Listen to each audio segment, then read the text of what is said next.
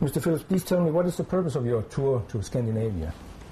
Well, the purpose, of course, this was an invitation by the people of Scandinavia to help them to tackle the issues of Islamophobia. This is the main purpose.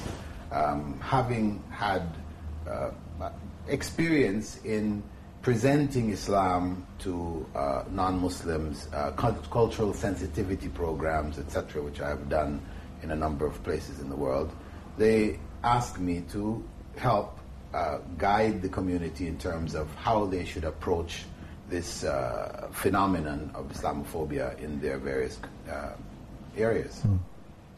Given the fact that people know your views and some of the people here find them sort of harsh or extremist, do you think you are the right person to invite to strengthen the dialogue? Well, the issue of the right person or the wrong person, it's going to be from different perspectives, depending on whether a person looks at Islam as something that should just be cultural, where you don't necessarily follow the law, or whether you feel it is something which is complete, and you do try to follow the law as much as you can, follow the whole system, you're more devout. So that would be the determining factor. For myself, if you ask me personally, do I feel I'm the best person? I don't know if it's the best, but I feel that I'm capable of helping in this circumstance, and so far it has gone quite well, both in Sweden as well as here in Denmark. I think a lot of false impressions and misunderstandings were cleared up about myself, because that's what the media tended to focus on, but at the same time for the community as to how it should approach the media and politics in these areas. But what were the misunderstandings that were cleared up, you say? Well, if we look at misunderstandings with regard to myself, because this is where the focus tended to be, there was misunderstandings concerning Sharia. This is, I think, a fundamental issue, Islamic law, that I was one who was calling for the application of Sharia here in Denmark. And you're not? And I'm not. Absolutely not. And this was very clear in the presentation which I made yesterday, that it is ludicrous for a Muslim to think that he is going to apply the Sharia here. Now, there are aspects of the Sharia, because the Sharia covers all aspects of life. The political aspect, which has to do with implementation of laws, criminal laws and these type of things, it cannot be applied here. The personal aspects, which have to do with your daily prayers, your fasting, these paying of charity, these type of laws, yes, you apply those laws here. So what will not go against the existing legal system, you apply. What is going to go against the existing legal system, you cannot apply, because you are bound by the laws of the country in which you live. And this has always been my position, and until you are in a circumstance where the majority of people are Muslims who want to apply Sharia on all levels, then it is not appropriate to try to do so. And that's the message I brought across, and I think that helped to clarify. So when we talk about the secondary issues which are brought up, Mr. Bilal Phillips is calling for the killing of homosexuals. This is nonsense. I explained to them, there is the Sharia law which deals with adultery, fornication, bestiality, any crimes, and there are laws for it. And these laws exist in the Bible. So do we say every Christian is calling for, because the Bible says that the person who is homosexual, both people who are involved, should be executed. It is there in Leviticus. You can read it yourself. Yeah. So as a Christian, do you believe that is the law of God, or don't you believe it? Okay, you believe it, but you say, okay, we can't apply it now because the society no longer holds this to be a crime. Yeah. So it's not applicable. We don't apply it here, but it is applied in other countries, and I suppose you think it's all right where it's not against the criminal law in those countries. Yes. Yeah, that is for the law from Leviticus for Christian countries. But where it is a Muslim country, then it's a part of the legal system. So and then it's all right. Then it's okay. But the thing is that people still are misunderstanding the position. As questions was asked to me, for example, after the presentation, the press asked me, can a Muslim be a homosexual? I explained yes. It doesn't mean that simply because you're a homosexual or you're a person who is committing adultery or you're involved in fornication, that can you still be a Muslim? Yes. It's a sin. If you are caught in the act with clear evidences, then you would be punished. But to apply that law, whether it is, it requires 4 witnesses observing you in the act. Now, we have to ask ourselves, how often does that happen? You could list through history and you can't hardly find any case like that. So it's really talking about where it is, it is in the society as a whole in a very open fashion. No, but what happens behind closed doors, what's in people's private lives, the Islamic legal system doesn't allow for people to break in doors, spy on people to find out what they're doing in their private lives. So a person, simply because they are homosexual, they say, okay, that I'm a homosexual. That means you're going to be punished? No.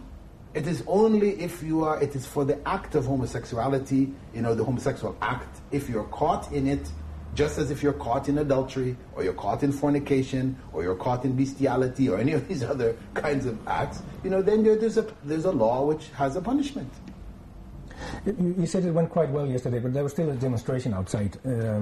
Small scale. What we were expecting, what I heard was thousands of people were coming and members of parliament. And there was a small scale demonstration some distance from the venue. From what I heard, your hosts or those who invited you, they had second thoughts afterwards and sort of regretted that they had invited you. Have you heard that? Yeah, they told me that this was put in the press, as a misunderstanding of what they were saying. That there were no regrets about inviting me. The regrets were about how the press and the society has reacted to their invitation. But as they said, they would invite me again. They had no regrets at all about inviting me. So we're back to the old thing, it's blame it on the media. Yeah. According to what they stated, and if you go back and listen to the actual text of what they said, it was not, we regret bringing Dr. Bilal Phillips, is we regret the way that it has been handled by the press, or the way that it's been handled in society, how this society has responded to it. So they were apologizing to me, saying we're sorry about this. And of course, no need to apologize. This is not intended, and as they say, it goes with the territory. Yeah. There was a group of Muslims outside who were not a part of this group that had invited you. Who are they, and what do you think of them? The ones who are calling for Sharia, this is your extremist group. You want to know who are the extremists? Those were they. Not the people who came, nor the people who organized this. It was those, because and they're misguided, misunderstanding, this idea of Sharia in Denmark, this is, as I said, inside the lecture hall, I clearly stated that it is completely off the books. It is not allowed, even according to Sharia, it is not permissible to try to apply the Sharia in its totality here in Denmark. It's not applicable. So apart from that group, did you have a nice experience yesterday? Yes, it was wonderful. I didn't even hardly notice that group, so to say. They told me afterwards there were some people, doing that, and I think I saw on the news some of that. But the experience here has been, I think, very, very positive. Even the encounters which I've had with the press, I felt it was a lot more open than people had expected. People were much more willing to hear as opposed to simply assume and judge. And I would say I had an enjoyable experience with the press. I felt it was very positive, So I think maybe the press to some degree has been demonized a bit. I see. You are, of course, aware you are in the country of the infamous cartoons. Yes. Yes. Being here, what does that mean to you? Have you had any reactions or any comments to being here where it all started? I wouldn't even necessarily say this is where it started. It just really happened here. It could have happened anywhere else. I have always advised people in dealing with such issues that you take the legal routes, the proper channels to deal with such issues. We have to understand, as I've pointed out to others, that,